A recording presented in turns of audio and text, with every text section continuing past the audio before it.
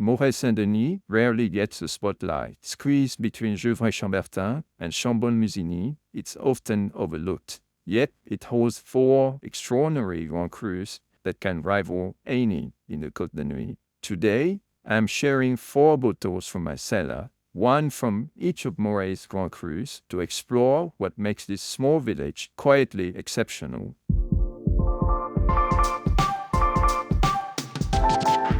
Located in the heart of the Côte de Nuits, Morey-Saint-Denis is the appellation's smallest viticultural village, with fewer than 150 hectares under vine. For years, it has remained in the shadow of its more illustrious neighbors, Gevrey-Chambertin and Chambolle-Musigny. Prior to the establishment of the appellation system, much of the village's wine was marketed under the better-known names of these surrounding communes. As a result, Morey's wines have long suffered from a lack of recognition and are now among the least familiar in the Côte de Nuits. Typically, its reds are admired for uniquely combining the structure and power of Gevrey with the finesse and elegance of Chambolle. Today, I would like to share 4 bottles that represent the 4 Grand Cru of Morey-Saint-Denis, wines that I regularly keep in my cellar across different vintages. In addition to a small portion of Bonne-Mare, 1.5 hectares of which lie in Morey,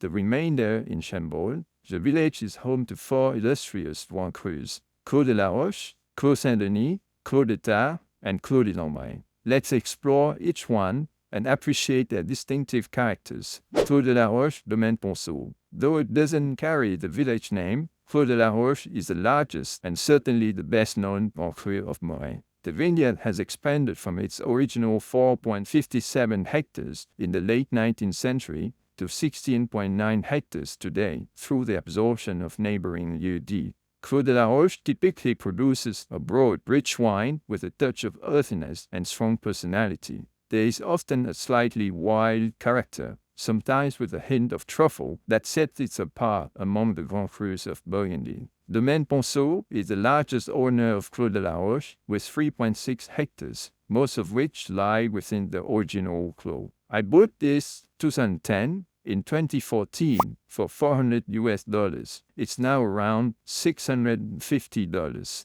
Ponsot's Clos de la Roche has long been one of my favorite expressions of this terroir. The 2010 shows depth, precision, and a beautiful sense of place. Over the years, I have been consistently drawn to its layered complexity and understated refinement, a wine that rewards patience and attention. Clos Saint-Denis, Domaine Dujac. Clos Saint-Denis is the smallest of the 4 Grand Cru wholly located in Morey. The original clos belonged to the canons of the chapter of Saint-Denis de Vergy, who began planting vines there in the 13th century. It has expanded from 2.15 hectares in the 19th century to 6.62 hectares today through the absorption of neighboring vineyards. Described by the Burgundian author Jean-François Bazin as the Mozart of the Côte de Nuits, Clos Saint-Denis is the most elegant of Morey's Grand Crus. In contrast to the broader style of Clos de la Roche, it charms with finesse and quiet intensity, defined by certainty and grace.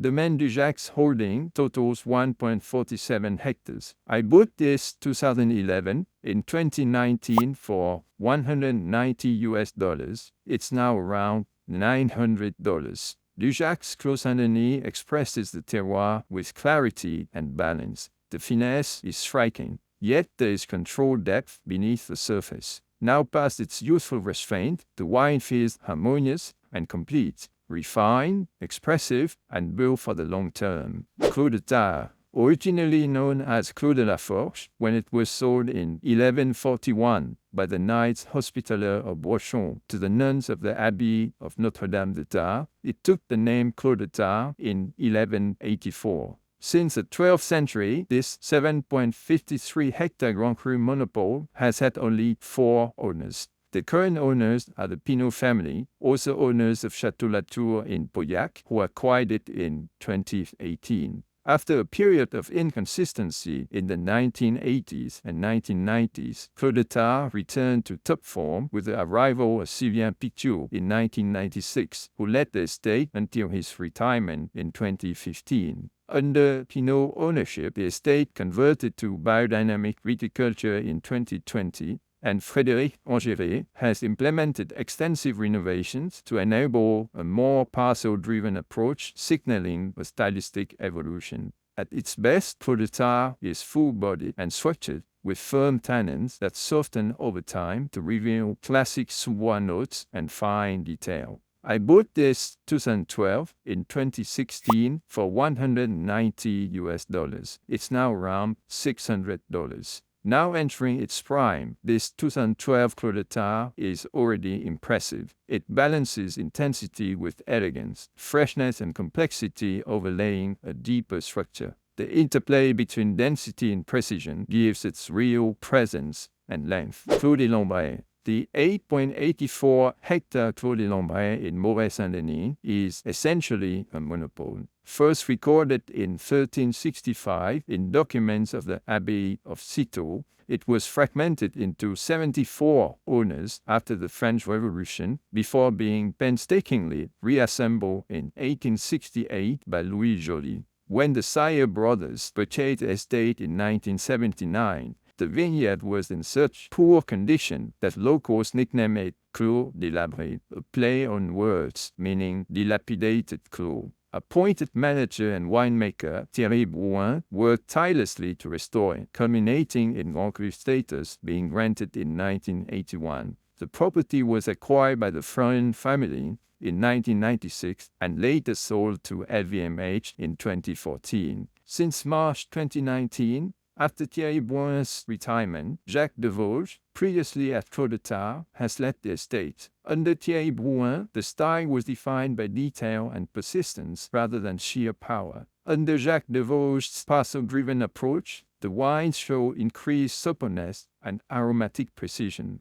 I bought this 2010 in 2013 for $65. It's now around $400. This 2010 is poised and quietly expressive, rich yet controlled. The fruit unfolds with clarity before a long, elegant finish. Having followed the Clos de Lambrays since the mid-1990s, I see this wine as a powerful testament to 3 decades of evolution. For me, these estates define the true identity of Morey's Grand Crus. They produce wines I love to share with family and friends, bottles that speak clearly of their terroirs and history. As my cellar also holds Clos de la Roche and Clos Saint-Denis from other producers, I would be delighted to organize a comparative tasting in the near future. If this kind of deep dive into Burgundy appeals to you, check out my playlist Burgundy Explained. You will find my tasting notes and cellar pics over on Instagram.